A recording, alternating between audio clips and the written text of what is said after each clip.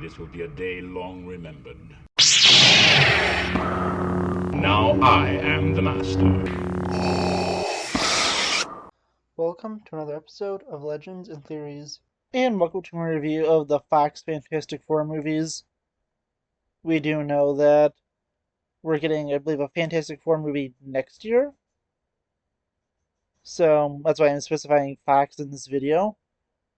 And I'll be looking at Fantastic Four, Fantastic Four Rise of the Silver Surfer, and Fan Four Stick. Officially named Fantastic Four, but the way they spelled it is Fan Four Stick, so that's what everyone calls it.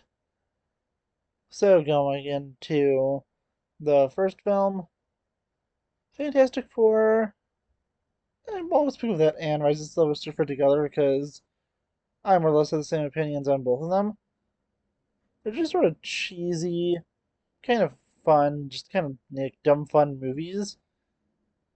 And they're not really terrible, but they're also not really great. They are just kind of dumb fun. It's not really taking anything too seriously. It's more or less just a fun enjoyment of viewing. And that's really all they are. No real extreme depth. And honestly, it's fine. There really isn't anything too deep about it, but at least it's fun and enjoyable. Rise of the Silver Surfer is the kind of dumb thing with Galactus not really being too visible and is just a giant cloud. That was kind of a dumb thing for them to have a realistic effect on when everything else is going into a way more extreme version, but honestly, with it, it has some actors I do notice from other stuff. Obviously, you have the most famous of them, Chris Evans, but you also have someone I kind of forgot was in this, which is Barnes from Gotham. And then I don't really remember who plays Reader Sue, but I'm sure I'd recognize them. But yeah, honestly, this was there was a good amount of fun. I think they did a good job with them. Like just making fun movies.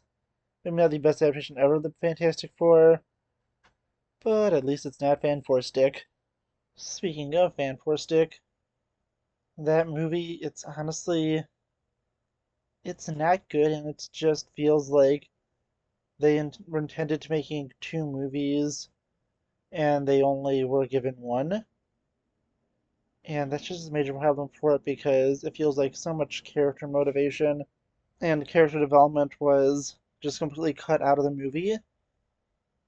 The first approximately like third of the movie to maybe half, I didn't pay attention to exactly how much time passed, was just dedicated to their origin story and the meeting.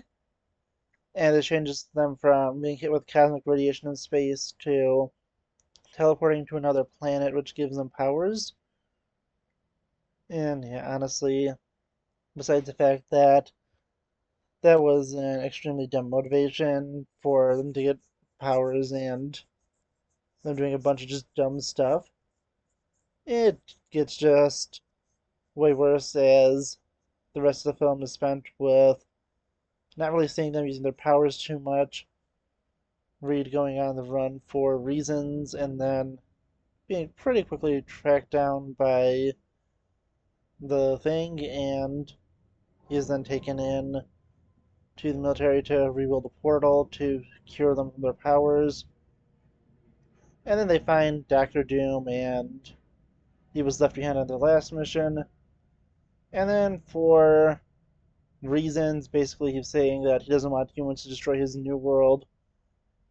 Well, yeah, it just feels like reasons that Doctor Doom decides to go full psycho villain and try to destroy the world. So yeah, honestly, that film is just it's a mess. It feels like the was supposed to be two movies, and the first one was supposed to be getting them their powers, Reed going on the run, and maybe ending with his recapture. And then the second one focused on Doctor Doom and him becoming evil, but the studio said, no, this needs to be one movie. I have no idea if I'm correct about that, but I would not be surprised if I was, because this genuinely feels like either the movie was supposed to be like 2 or 3 hours longer, or that they were supposed to make a sequel to this and it was supposed to be a two-parter. Either way, this movie is just honestly a giant mess. It doesn't really have anything fun about it. The first two are honestly just a bunch of dumb fun, as I said. It gets to some pretty ridiculous antics. Two has entire power swapping thing, which is honestly kind of fun, but this Fantastic is honestly terrible. And I really hope that MCU does everything well, but who really knows? The Robert Downey Jr.'s Doctor Doom is either great news for Marvel or really terrible news, depending on what they do with it. They really haven't adapted Doctor Doom super accurately, and they usually just toss on as an afterthought that he is from Liberia. He's never really seen as the dictator of it, and it's just he's from there, and that's an Easter egg, but that's it. So honestly, I want to see what they do with him in the MCU, and excited to see a serious version that hopefully doesn't suck. So who really knows what they're going with this in the future? But if the MCU does well, then they can return this team to being actually a premier franchise, because it was kind of screwed over by Marvel for the last 10-ish years, since it was a Fox property and they didn't want to have anything important happening with Fox properties. So now it's back with Marvel, they're actually going to be treating it with respect. So I'm interested to see what they do. But let me know what you think. Please leave me in the comments, and I'll see you in the next episode of Legends and Theories. Thank you for watching this episode of Legends and Theories. Please subscribe, like the video, share the video, leave a comment, check out the video on screen, and may the Force be with you.